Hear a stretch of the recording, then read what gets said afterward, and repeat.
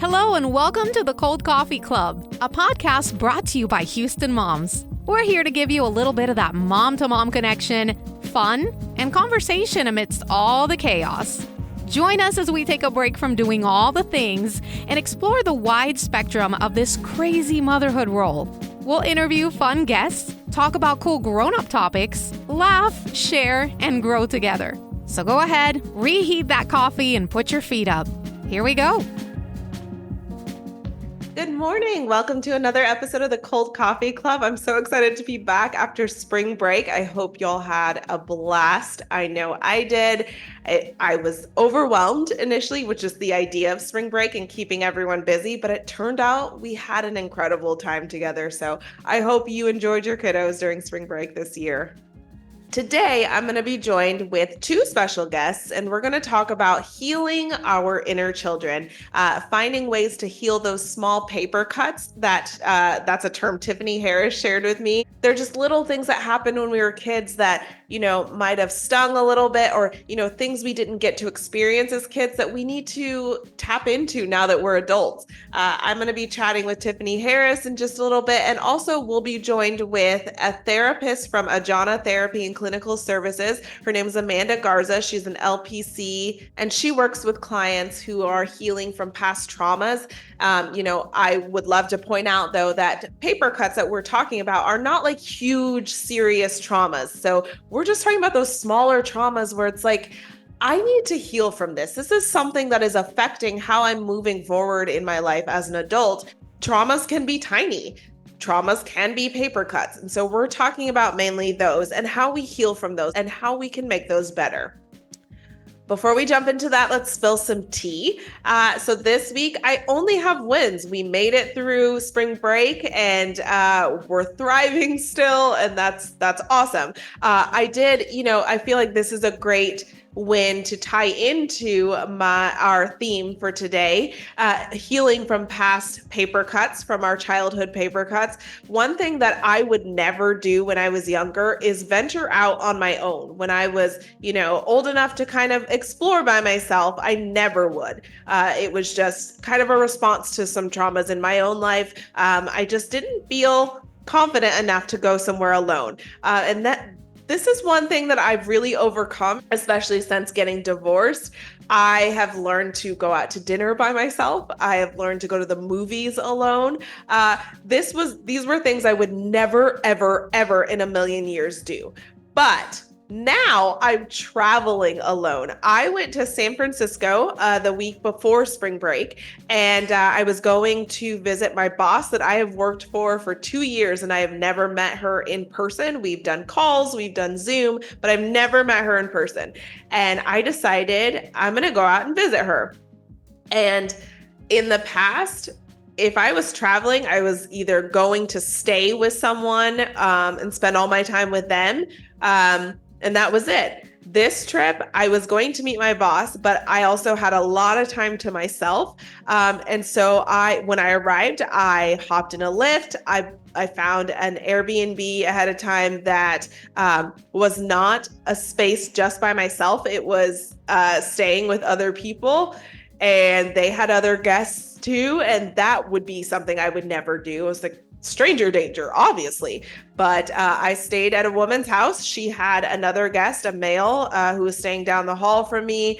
And it was such a new experience for me. This is something, again, I would never do. I would never get out of my comfort zone in that way. And I did it. And, I interacted with these people. Luckily I had my own room and my own bathroom, so I didn't have to be around them a whole lot, and I was only there 3 days. So that was fine. But it was very different than anything I would ever. I would just get a hotel room and stay by myself.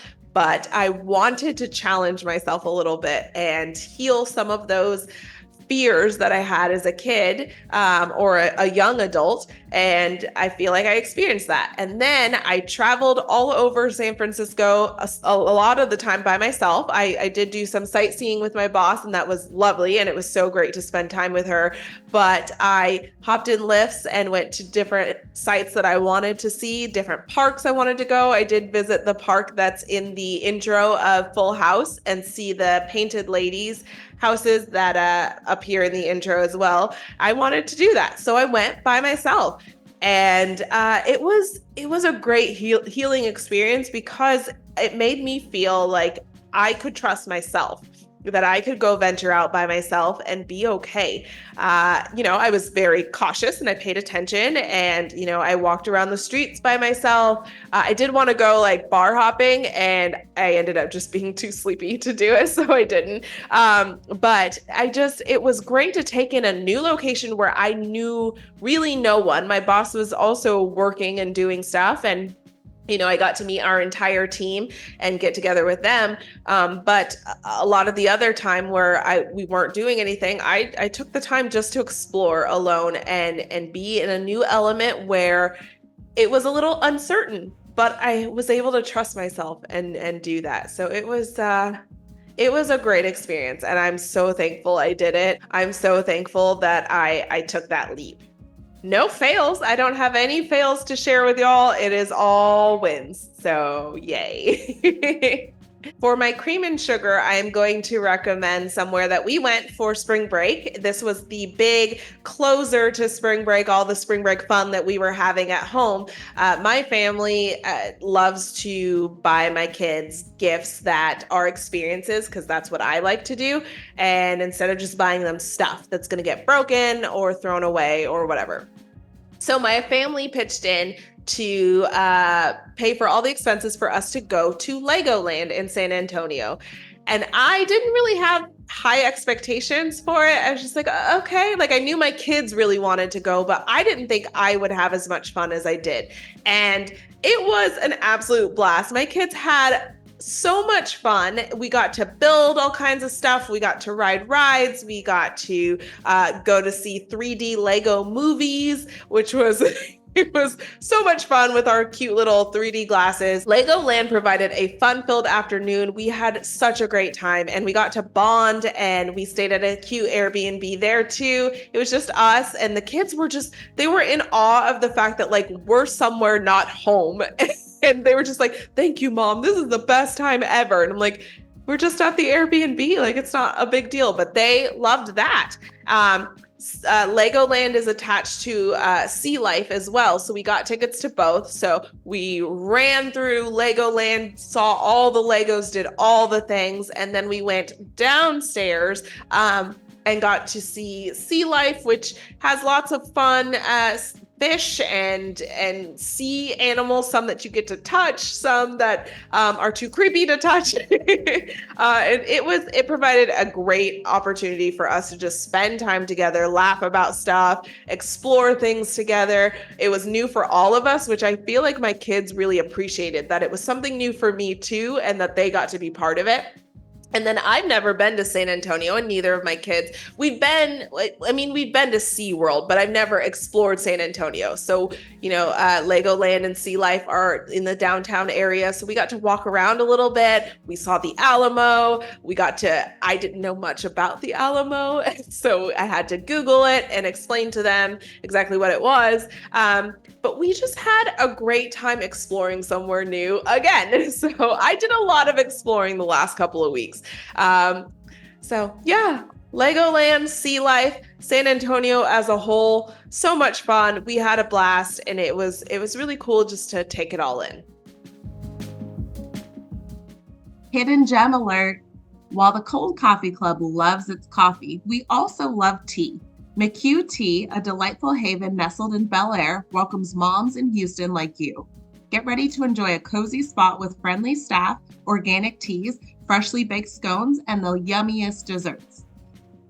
They offer a high tea experience to celebrate birthdays, milestones, and celebrations, as well as a quick lunch menu to enjoy in the tea room or to go. Looking for a brunch spot any day of the week? Their hibiscus blossom champagne or mimosas are a treat for any group gathering. Oh, and one more fun tidbit. Mark your calendars for a unique tea experience each month as they unveil distinctive themed teas alongside their traditional afternoon tea menu. In February, indulge in the romance of a Valentine's tea throughout the month, featuring heartwarming tea blends and a curated menu to celebrate love with charm and fun. In March, immerse yourself in the spirit of the Irish with March's Irish Tea, where you can savor authentic flavors and embrace the charm of Ireland for St. Patrick's Day. In May, celebrate Mother's Day with a special tea experience that honors and cherishes the wonderful moms in our lives. These themed teas offer an opportunity to let your creativity shine. Dress up for each one and have as much fun with it as you'd like. Reservations are required, so be sure to act fast and get your table. To learn more, visit mchughtea.com. That's MCHUGHTEA.com or call 713-218-6300. Let's head back to the show. All right, so let's jump into my interview with Amanda Garza. Again, she's an LPC at Ajana Therapy and Clinical Services, and she's going to first give us a clinician's take on what it looks like healing that inner child and why it's so important. So let's jump into that first. All right, Cold Coffee Club. So today I'm with Amanda Garza, and she is a clinician at Ajana Therapy and Clinical Services, and she's going to give us a little bit of a clinician's view on healing those parts of ourselves, those paper cuts that we all kind of have, finding ways to honor our inner child or inner teenager from those somewhat subtle damaging things that we had to go through. You know, we're not talking about big trauma experiences, but those little things that really kind of stuck with us while we were growing up, and then it kind of leads to how we maneuver as adults. So before we get into that, I'm going to let Amanda tell us a little bit about herself, and then we'll dig in. Okay. Hi, so I'm Amanda, as Ashley said, and I'm a therapist at Ajana Therapy and Clinical Services.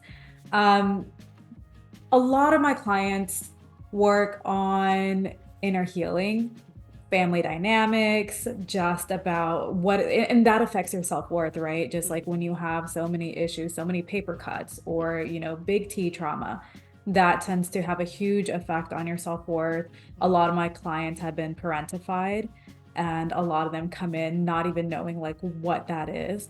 And if you don't know what that is, that's whenever you have experienced being put into the role of maybe a parent or an adult as a young child.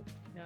Maybe that's because you had someone in your family who was ill, or the result of a divorce, or for whatever reason, you're having to take on the emotional work of your parent, and you're having to take care of their emotions instead of your own. Yeah. So when those kinds of things happen, it makes it really hard for us to know what we need or want for ourselves.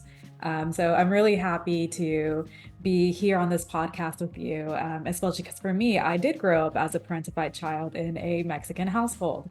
So that was something that was tough to deal with. And it wasn't until I was older and able to put space between me and my family, that physical space really helps.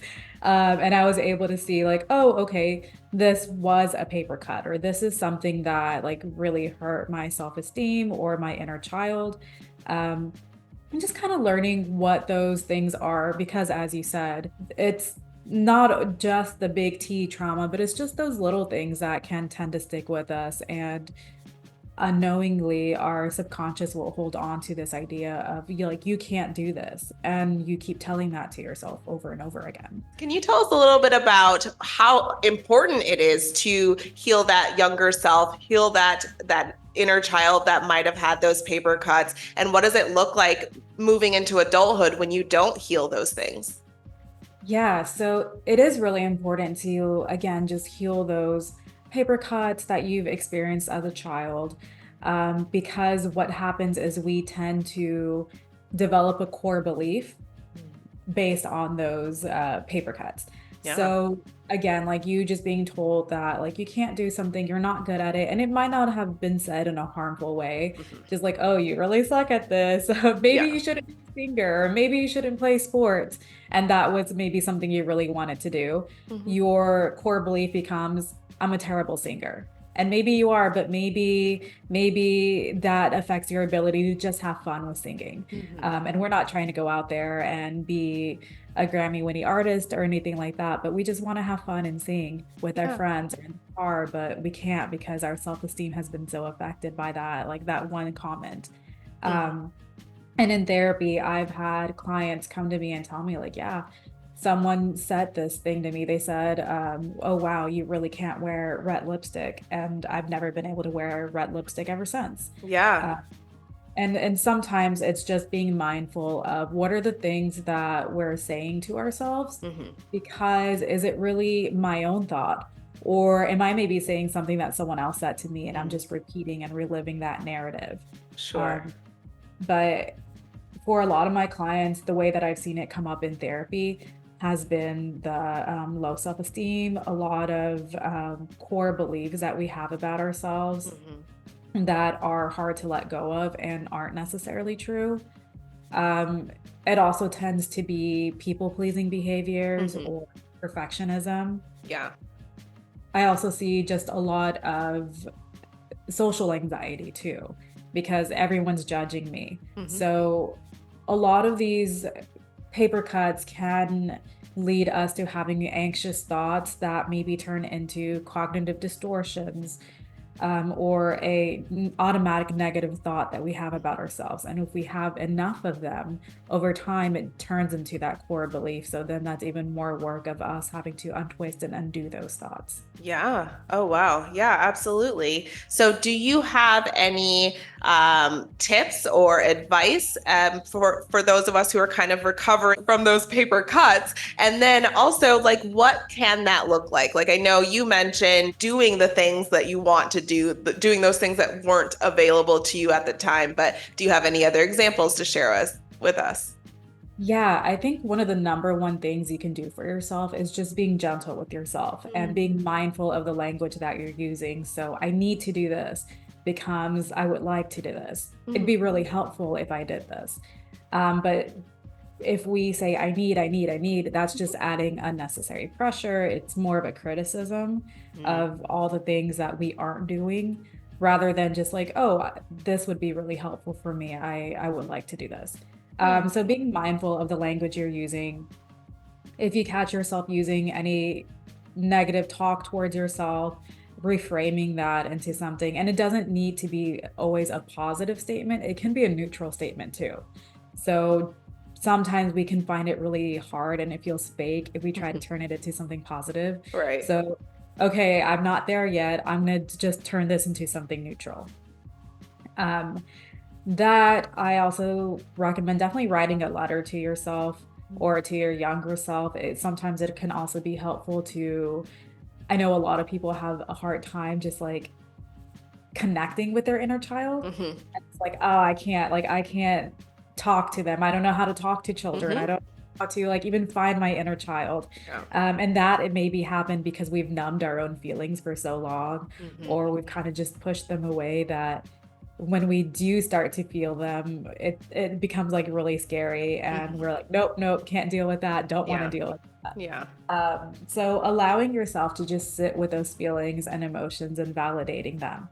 And maybe even what was it that I had hoped my mom or dad or whoever would have said to me in that moment? What was it that I was really needing to hear?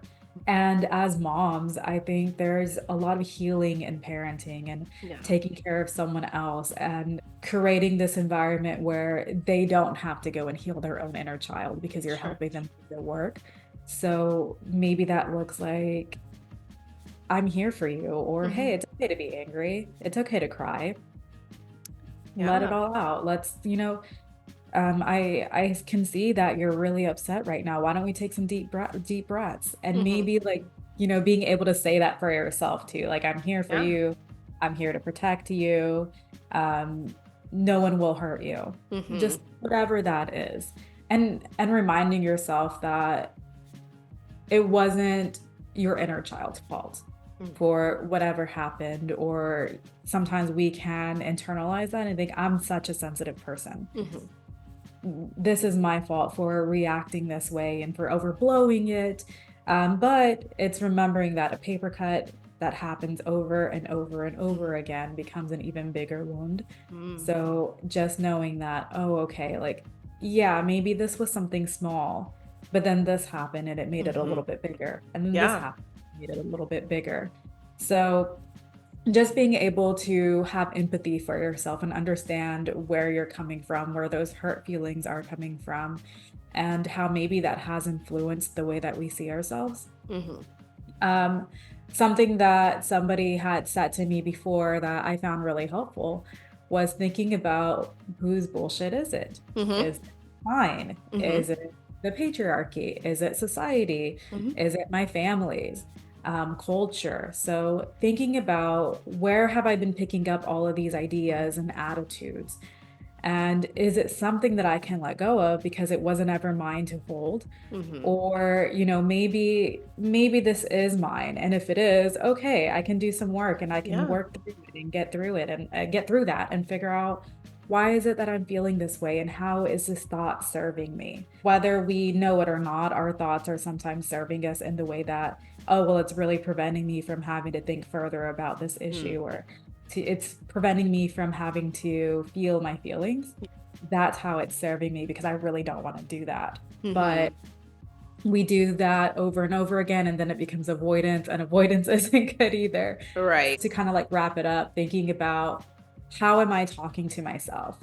Is there gentler language I can use? Maybe I'm so used to criticism that I'm criticizing myself all day and I don't even realize it. Through parenting your own children, or, maybe if you're taking care of anyone else in your life, thinking about, hey, I'm going to be the parent to them that I wish that I had. And what thinking about like, well, when I was sad, when I was a child, when this happened, how did it affect me? Sure. What was it that I really wanted to do? And yeah, doing things like, I love stuffed animals. I'm going to go buy a stuffed animal for myself. And this is for me. Maybe it's going to be joining an adult sports league. Maybe it's going to be painting, or I know people that struggle with painting so much because they can't let go of that perfectionism. Yeah. So one of my clients did watercolors because they were like, I know that I don't have very much control over what I can do with watercolors. So I have to let go of the perfectionism because I already know that it's not going to be the way that I want it to be. Right. And I love that you brought up that healing through parenting is a thing. It's very much a thing. And creating that childhood that you kind of hoped for is definitely a good way to heal some of those paper cuts. I think a lot of us experienced parents at some point, at least, who told us, you're not good at this, or this isn't going to work out for you, or, don't waste your time learning that language because it's not going to be helpful for you in the future. Those kinds of things where it was like, yeah, but I just wanted to do what made me feel good and made me feel happy. So then having kids, it's turned into an opportunity to be their biggest cheerleader and like, hey, this isn't my thing, but it makes you happy. So I'm excited for you. Just kind of providing that environment of support for your own kids can definitely heal some of those paper cuts for sure. I hear a lot of people say things like, one of my goals for parenting is to raise my children in a way that they don't have to go to therapy when they're older. And I'm like, well, that's lovely. But, even the best of parents still have their blind spots, still have their weaknesses, all of those things. And going to therapy is not like a sign that like, hey, my parents messed up and now I have problems. Like, that's not what this is at all. Creating an environment for your children where they might need therapy in the future, and that's okay, because it's okay to go to I feel like pretty much everybody should be in therapy, just to get some of that out, to reinforce some of the great things you feel about yourself or about your life, whatever. I feel like therapy is such a great way to take care of yourself. But the focus should be, I don't want my children to have too many of these paper cuts or any of these big traumas that they have to then address in therapy. I want to create a life for them where it's like, it's just those small things that we can work through and it's fine and you're okay. I think we are going to end up giving paper cuts, whether we mean to or not, but just kind of keeping in mind as you walk through this journey of parenting that you're doing your best. Do your best, be your best self. We talk about that a lot on the Cold Coffee Club, being your best self and doing your absolute best. But I think even in healing ourselves, we can work to heal our future adults that we are creating in this world. So that's awesome. Thank you so much for sharing with us and so much great information. I truly appreciate it. Is there any social media or websites or anything that you want to plug where people can learn more about you, maybe reach out to you if they are interested in working with you on their journey? Yeah, thank you again so much for having me. I was really excited about this. Yeah. Social media, I do have an Instagram. I'm not extremely active, but I do check it. And that's Therapy for Chingonas, which is CHINGONAS. So that's Instagram. And then website, you can also find the link. I have a link tree on there that takes you to where to go to book an appointment with me. But otherwise, it's ajanatherapy.com. Ajana is AJANA. Yeah, again, thank you so much for having me. Of course. Thank you so much. It was so helpful. Thank you so much for joining me, Amanda. It was great chatting with you. Thank you so much for sharing your insights from the mental health field, what that looks like, healing that inner child and those little paper cuts. And now we're going to jump into my chat with Tiffany Harris. She brought this topic to me and I was like, yeah, let's dig in. Let's explore this. She wanted to go ahead and discuss what it looks like for us personally, healing those inner children within ourselves and, getting past those little paper cuts that we know for ourselves. So I have Tiffany Harris with me again. Oh my gosh, love it. And we are going to chat about our own personal histories and why it is so important to us to heal those inner children, and why and how it looks for us, like what that process looks like for the two of us. So y'all know Tiffany, and let's just dive in. So Tiffany, you brought this up to me, and I love this topic, and I was just like, oh my gosh, yeah, let's talk about that. And you gave me the term paper cuts. And yes. I know that I kind of talked about that with Amanda, but maybe you could give us your take on what those paper cuts look like and how we heal from those. Yeah. Yes, I was listening to another podcast about moms, and they were talking about how they went to a Mariah Carey concert in Los Angeles. And it was just a bunch of them, and they were all different personalities. And they just talked about how healing it was, because Mariah Carey, for many of us, she was back in the 90s. We were teenagers. We were falling in love. We were trying to figure ourselves out. And so now they were, as grown women, going to this concert and just enjoying everybody that was with the group, right? Yeah. So there was some ego, but not a lot of ego. There was people, trying to be cool, but wanting to be themselves. And, when you think about Mariah Carey, she is probably at that point in time in your life where you are really trying to figure yourself out, trying to be cool, but she's speaking to so many emotions that you're having at the time. And truth be told, she was 20 something years old. And so she was probably herself figuring it out as well. So a lot of her music spoke to us in a lot of different ways. And they felt like the concert was really about healing that inner child and kind of really just, talking to that place in themselves where there was like, okay, you're okay. That little girl is okay. Mm-hmm. And as a woman, you can recognize that. And that just really spoke to me, particularly as the mother of a daughter. Mm-hmm. And I don't know if I think I've said this before, or maybe I've even said it in any of my writings, where when I found out, I'm a mom of twins. And then, so when I found out I was having twins, I knew that I wanted a boy. Mm-hmm. And I was really okay with having two boys because the thought of having a girl with myself, I was like, oh my gosh, like I have to raise a version of me again. And I don't know if I'm ready for that. I don't know, like even at 37 as I was like, I don't know if I've resolved a lot of that stuff. And so, but I was blessed and had a girl. I found out I was having a girl. So I had to work I had to work on figuring that out. And my daughter is just so wonderful. And as I've grown, as I've mothered her, I realized some of those areas where I need to heal that inner child, and kind of set some of those situations aside. So some of the things that I've done, even before I had my daughter, is a concert, for instance. So when I was younger, at about 7 or 8 years old, which is where my kids are now, I wasn't allowed to go to a New Edition concert. So anybody, again, if any of you are listening, 80s, 90s, New Edition was it. Like you wanted to go to their concert. So I wasn't allowed. My parents were going through a really bad divorce, and my dad had an issue with me going, so we didn't go.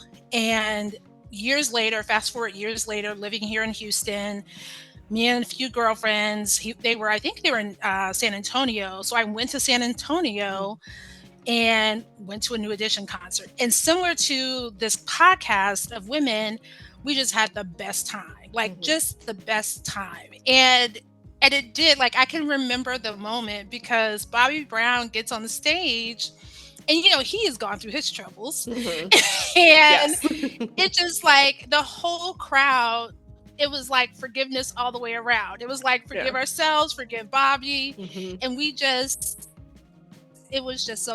really was like a wonderful experience. So I just, I feel like it's that moment where things weren't perfect. We were figuring things out, and people externally and internally, we had these paper cuts of emotions, experiences, and they've affected us in different ways as adults. And the more that we can intentionally try to address that and make things better, I loved what the therapist said. She's like, when you were told that you can't wear red lipstick or that it looks bad on you, like how many people have heard something crazy like that, or you can't wear your hair like that, or you don't have the face for short hair, or all the different things that we hear growing up.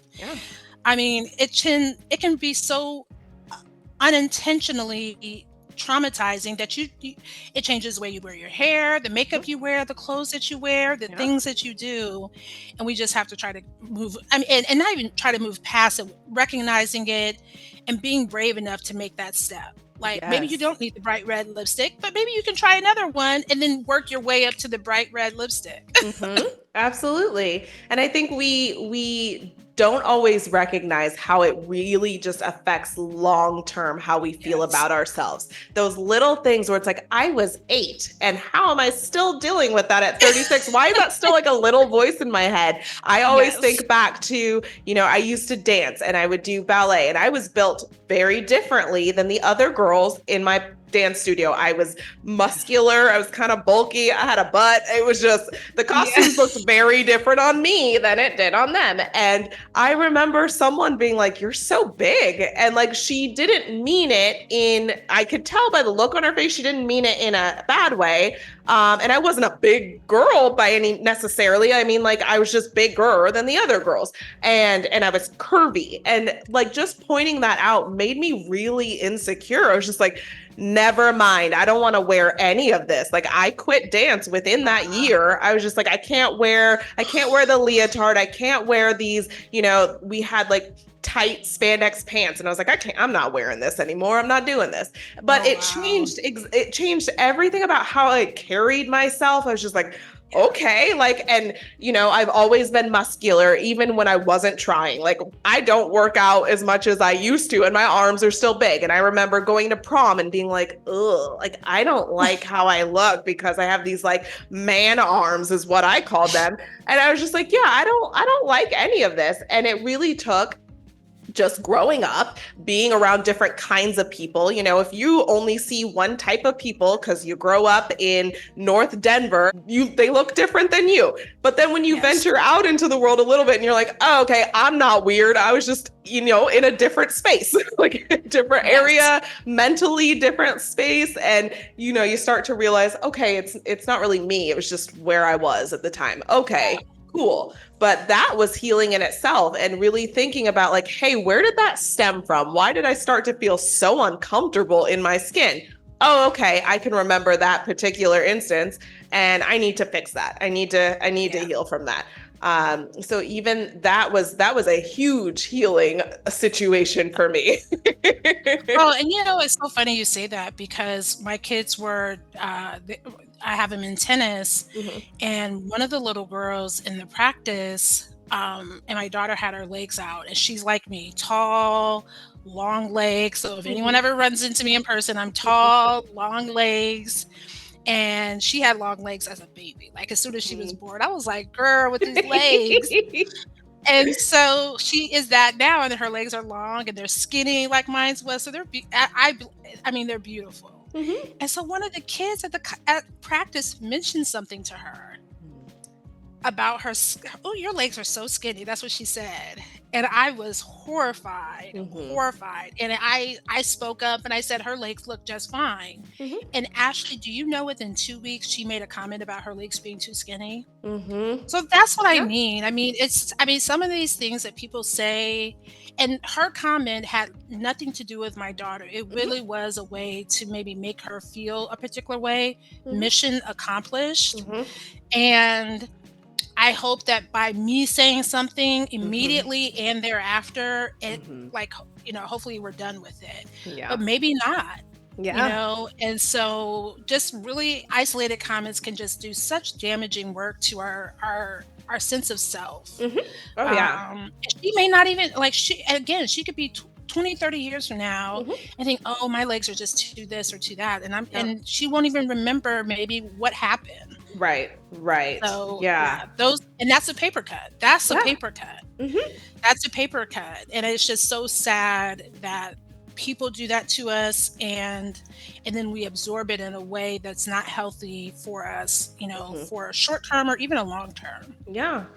And I think it's also important to point out that paper cuts don't necessarily have to be, you know, this negative thing that happened to you and it makes you feel a certain way long term about yourself or whatever. Even just like looking at restrictions that you had as a kid. Like, you know, there were lots of rules for me regarding screen time, and we talked about this on our Do As I Say episode. But, you know, we put these restrictions on our kids, and even just that part of like remembering, sometimes I tell myself like, I'm a grown up. I can do that if I want to. Like, like if I want to play a video game, my boyfriend and I yesterday were playing this old school Clue game on the Wii. It's like an old Super Nintendo game. And I was like, we can stay up late and play this if we want to.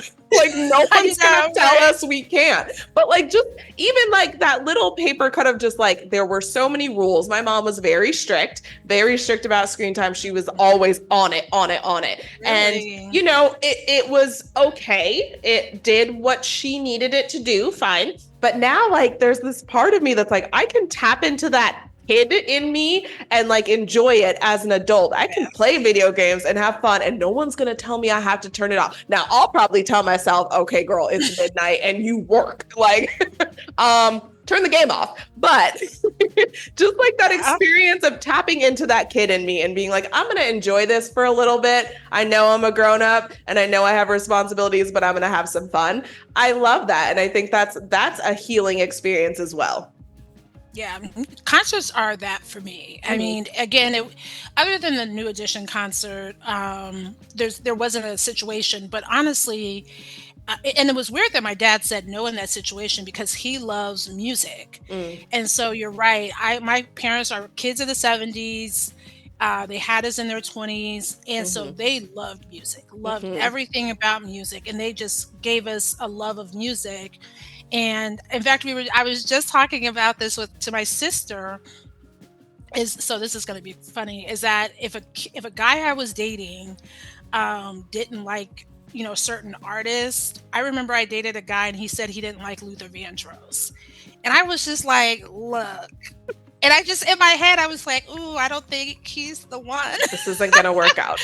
I knew like he wasn't there. I knew he wasn't there for the real time anyway. But when he said that, it was like a seal the deal. It was like, oh, we are just having a good time.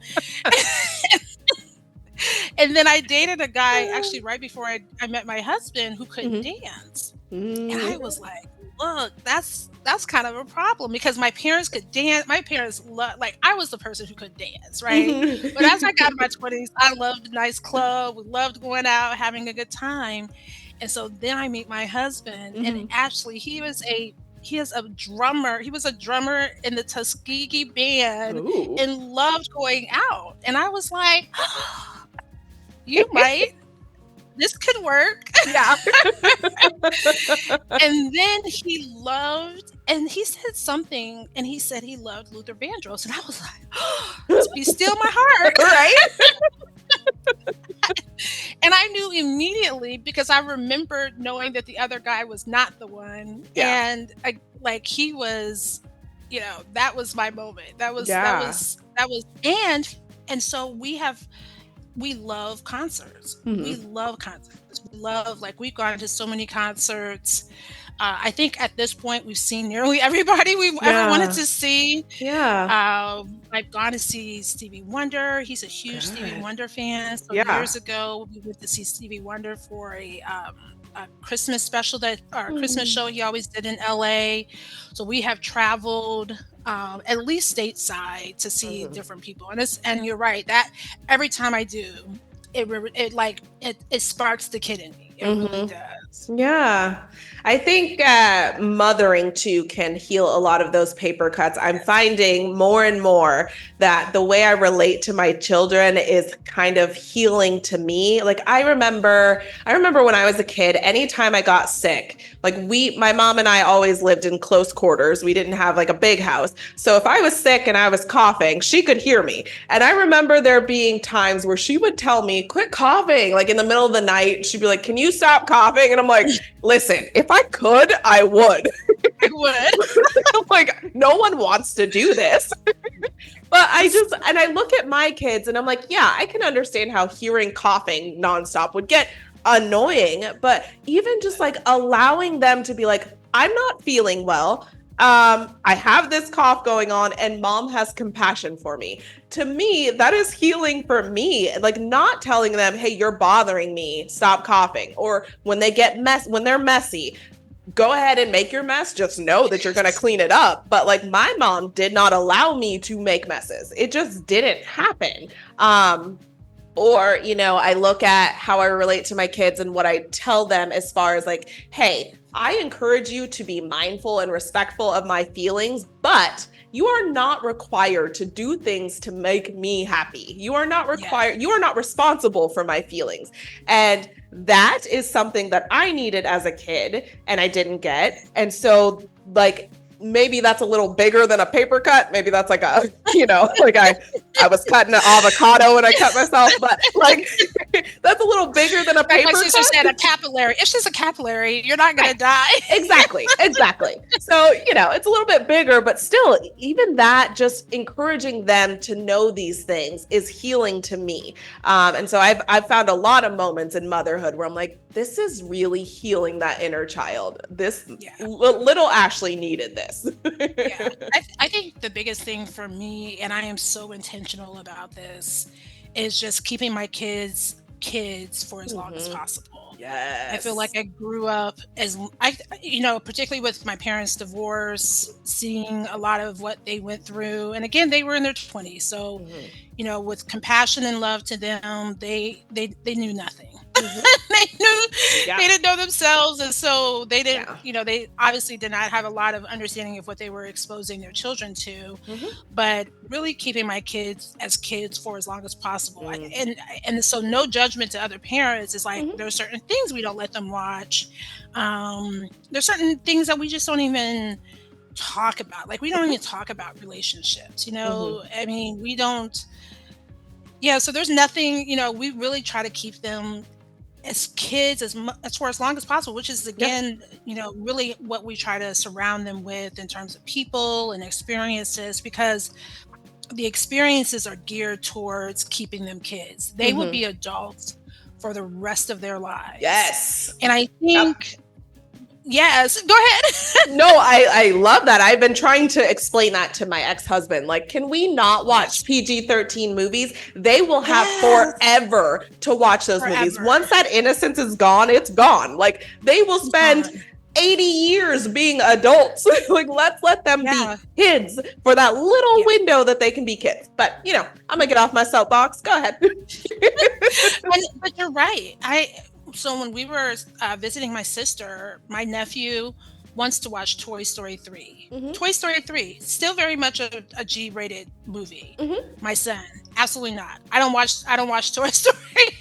There's a part of it that scares him, that makes him uncomfortable. And so they don't watch it, so they are very particular about what even they will expose themselves to. And I'm like, hey, I'm okay with that. If that is too much for their brains to want to compute or process right now, I'm okay with it. I have no problem saying no to people and things that they are not ready for, that they even seem to know what their boundaries are with that, or that I'm more comfortable with with setting those boundaries for them. So so mothering and keeping my kids for a long time, I don't even feel bad about it. I don't feel like, oh, well, they need to know, like, yes and no. And I am kind of maybe a bit of a helicopter mom, but I'm a helicopter mom at like 7 years old. Like, let's be real. I think helicoptering around at 7 years old, and I did. My mother wasn't. She wasn't a helicopter mom. Once the divorce happened and everything like that, she was working full time, and we were the latchkey kids, and we were figuring things out a lot, and so I didn't have the hovering a lot. And as I got older, I didn't have the hovering, and so that resulted in different choices. And thankfully, everything worked out fine. But I probably could have used the helicopter in my life for a few things. And for my mom to be like, hey, you can't do that to her. Hey, you need to back off. And it's not to say that she was abject to it. She wasn't. But it was definitely I'm more visual with it. I'm more around, for sure. Yeah. It's not our parents were being negligent. It was not that we were surrounded by people who were just out to get us and out to hurt us and put us in these spaces that there are little paper cuts to heal from. The thing is, like, recognizing that, hey, as a mom, I might be creating some paper cuts here and there, and acknowledging that and knowing that and like choosing to do your best. Things are going to happen. The little girl who told your daughter that her legs were skinny, it's going to happen. And whether this little girl meant to be mean or hurtful or anything like that, it's irrelevant. But chances are she wasn't necessarily meaning to, but irrelevant because your daughter internalized it and it affects her. So just kind of being cognizant of those things and knowing that the world is going to create paper cuts. We are going to create paper cuts, but just kind of trying our best to avoid those if we can, encourage our children to explore certain things. I remember, just an example, I was faced with choosing between taking French or Spanish, and I loved taking French. I absolutely loved it. I loved the whole program. I loved the teachers. I loved everything about it. And my mom told me, you do not want to take that. It's not marketable. You need to take Spanish. It makes way more sense to take Spanish.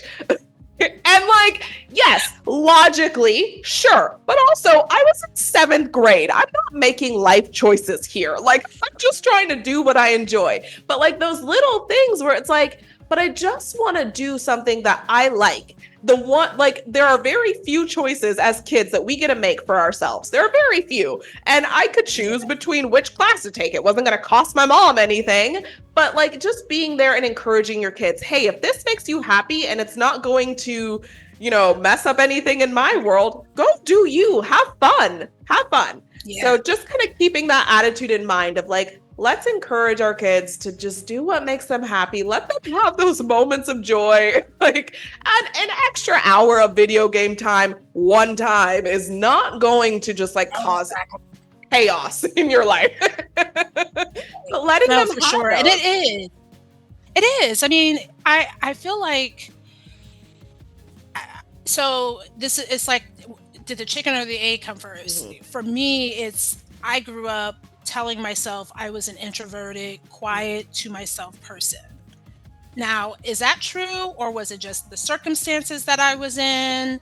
And so now I'm not like overly social, but what I do try to push myself to be. And so actually I had a girlfriend tell me this years ago. She was like, what does she call it? She just like she pretends, she tries on a different personality. And so sometimes she would go out and just be this other personality to see how it was like.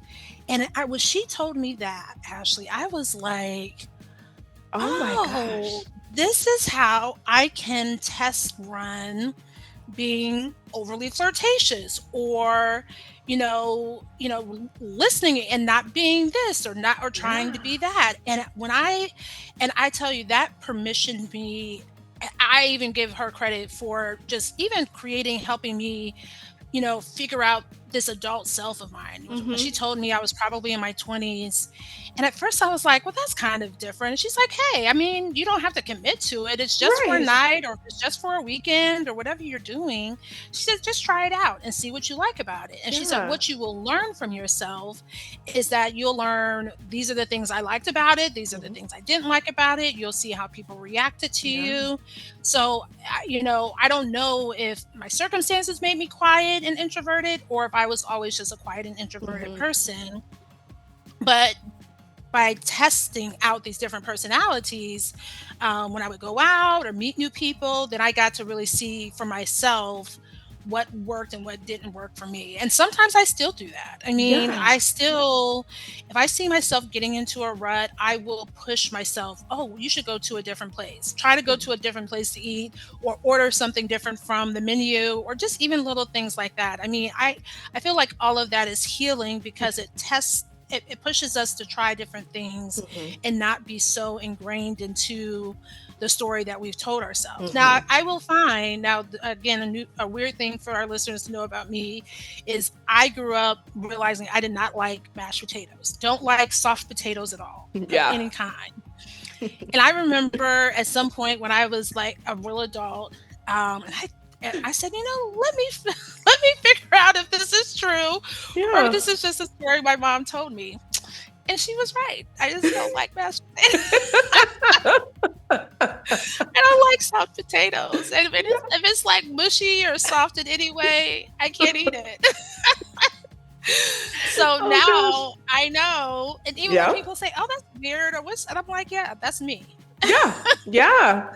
That's amazing. Like that idea from your friend, that is brilliant. Just like, it's a great way to just check in with yourself. Like, is this really you? How you doing? You want to try something new? Like, what do we think? I love that, the fact that you can put yourself in a situation where you can behave a little bit differently just to see like, but who am I though? Because I really feel like figuring out who you are, like it is not just a one-time thing. You become different people at several different stages of your life. It's amazing. And no one told me this. No one prepared me for this. Like I knew like certain milestones, like when you become a mom, you change a little bit. I didn't know that like, I don't know, Ashley after 35 is a little different than Ashley before 35. Like I didn't know that it didn't take a big life change. It just took like, I don't know, life and time, and you become different people. And it's amazing to put yourself in scenarios where it's like, let me just try a little different and see how I feel about that. I love that idea. I love that. I'm gonna steal that. I'm gonna switch up personality. When I go out of town, I change my name. And my sister was someone who taught me that. So we were out of town together, and I had given them a different name. And my husband was like, I heard that. And he said, is that you? And I said, yeah, I don't use my real name, when I go out of town sometimes. Wow. Now, if I remember, if I forget to do that, then I'll just use my name. I'm Tiffany. But if I'm out of town, I will frequently just use a different name, a name that I already know. Is I'm not making up different names along the way, Yeah. but I do use a consistent different name when I'm out of town. I love And it. that way, and that's not because, some of it's maybe might be stranger danger, but others, but another part of it is just that, hey, I don't have to be me Yeah. at all times, in all places, everywhere I go. I am allowed, and I permission myself to be different people, you know, a different name at least, in different circumstances. And so Yeah. it's never deceptive or anything else like that, but it is just a way to guard myself and to Yeah. just try on something different. I love Yeah. it. And I remember not feeling, I don't remember. I was listening to something else, and Tabitha Brown actually says it. She said when she went to high school, her sister told her, like, hey, there's going to be boys in high school. You might not want to be with this guy you've been dating, who still ended up being her husband. And I don't remember anyone telling me, like, hey, you don't always have to be the same person in these different circumstances. And so, again, for years, I was just Tiffany. The Tiffany I grew up to know and had told myself I was for all these years. And so I was easily in my 30s, late 20s, early 30s, before I tried this, like, experimentation. And even now, I just had a big life-changing event. Transparently for the audience, I was just laid off. And so now I get an opportunity to think, now I'm 20 plus years in of a career. Is that what I want to go back to? Do I want to try something new? Do I want to do something new for a year? So I now realize that I can make different choices even now. And so that's what I love, about these different moments in your life. I grew up, the paper cut for me is I was told over and over and over, like, hey, you have to be this responsible person. You have to have a career. You need to be pushing for this and that. And I liked it. But now that I'm not there, I'm like, hey, is that what you want to go back to? Do you want to try something new? Obviously, I have responsibilities. And so it's not an abdication of that, Sure. but it is an opportunity to open the door to something new and really welcome that. So, yeah.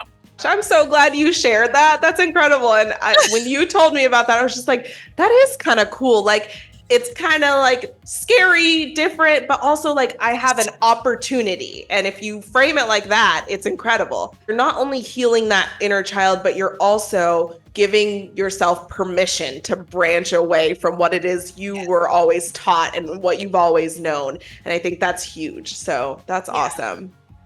Yeah, I was talking to a cousin and I was telling my husband, he doesn't know me. You have family members that just don't know you as an adult, a mom, everything else like that. Yeah. And I laughed. I said, he talks a lot about, like, oh, you remember you wanted to be a lawyer, but I'm like, I haven't wanted to be a lawyer in like 20 plus years. Right. I mean, I think I gave that one up, in my late 20s when I realized I didn't want to take the LSAT anymore. Yes. I was right there with you. I said the same thing and I was like, oh no, thank you. I don't want to. I think I got the books. You know what it was? My cousin sent me all her books because she did become a lawyer, which was very gracious. And when I started looking through that, I was like, Tiffany, you don't test well, baby. You don't test well. And I'm looking through this stuff and I'm like, yeah, you're not going to do well on this. Yeah. And you're allowed to change your mind. And you're allowed to change your mind. You're allowed to change your mind. And so, and it's okay. And it's okay. And again, it's like putting the Band-Aid on that part of you and saying, okay, you know what, let's give this a few days or so, whatever amount of time to heal. You'll take the Band-Aid off and then that area will be healed and you're able to move forward. Yes. So, and yeah, we have a lot of those people who are told, you're not good at something. Or the coach that said you weren't good at basketball, or like you said, the dance teacher who said this or that, those are painful and hurtful to hear. But guess what? Put on your dance shoes, go out on the court, try it. And then maybe you're like, you know what? This isn't for me anymore. Right. And then that little girl can be like, okay, okay, well, maybe hearing that was just a good way of, getting me out of this so I can move on to something else. Exactly. 100%. Yes. I have loved digging into this topic, and it's so nice that we had Amanda who kind of shared some mental health perspective on why this is so important to kind of deal with, and that it does have lasting effects. Even if you don't realize it, there are a lot of paper cuts where you don't even realize that they're there and that they've really affected you as an adult even. And so just kind of being able to identify those and then heal from them, it's huge and it's necessary. So I'm so glad you brought this topic to the table. I am so glad we got to discuss it. I feel like so many of us needed to hear this. And it was awesome. Thank you so much. Yeah, thank you for being so receptive to it. I was like, I listened. I was like, I think that would be a good podcast topic. Yeah, I love it. And I love it. The audience that we're headed into spring, everybody. Mm-hmm.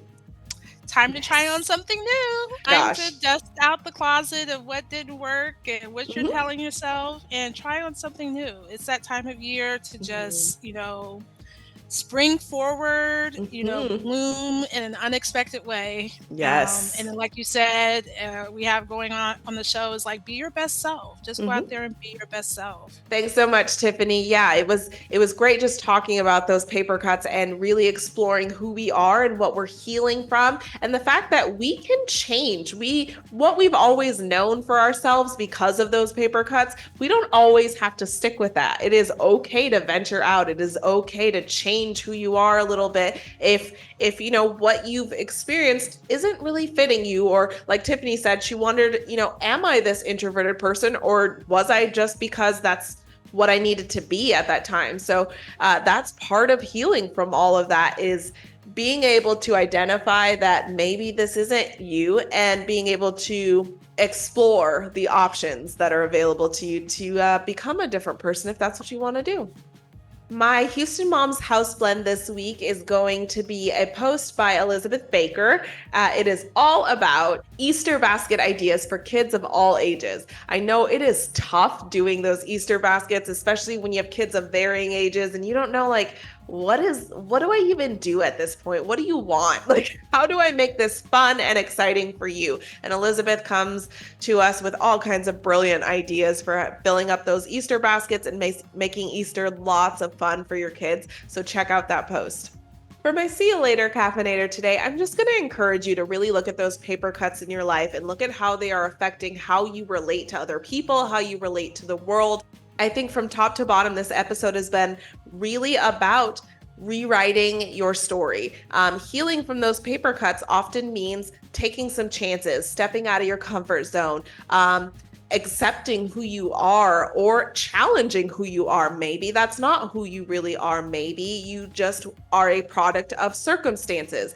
The way you maneuver might be products of circumstances. I just want to wrap up on that note of be willing to look at those paper cuts. Be willing to explore them and see what you need to do about them. Thanks so much for joining the Cold Coffee Club, and we'll see you next week. You've been listening to the Cold Coffee Club, brought to you by Houston Moms. We wish you a fabulous week with your families and look forward to sharing many more cups of cold coffee with you.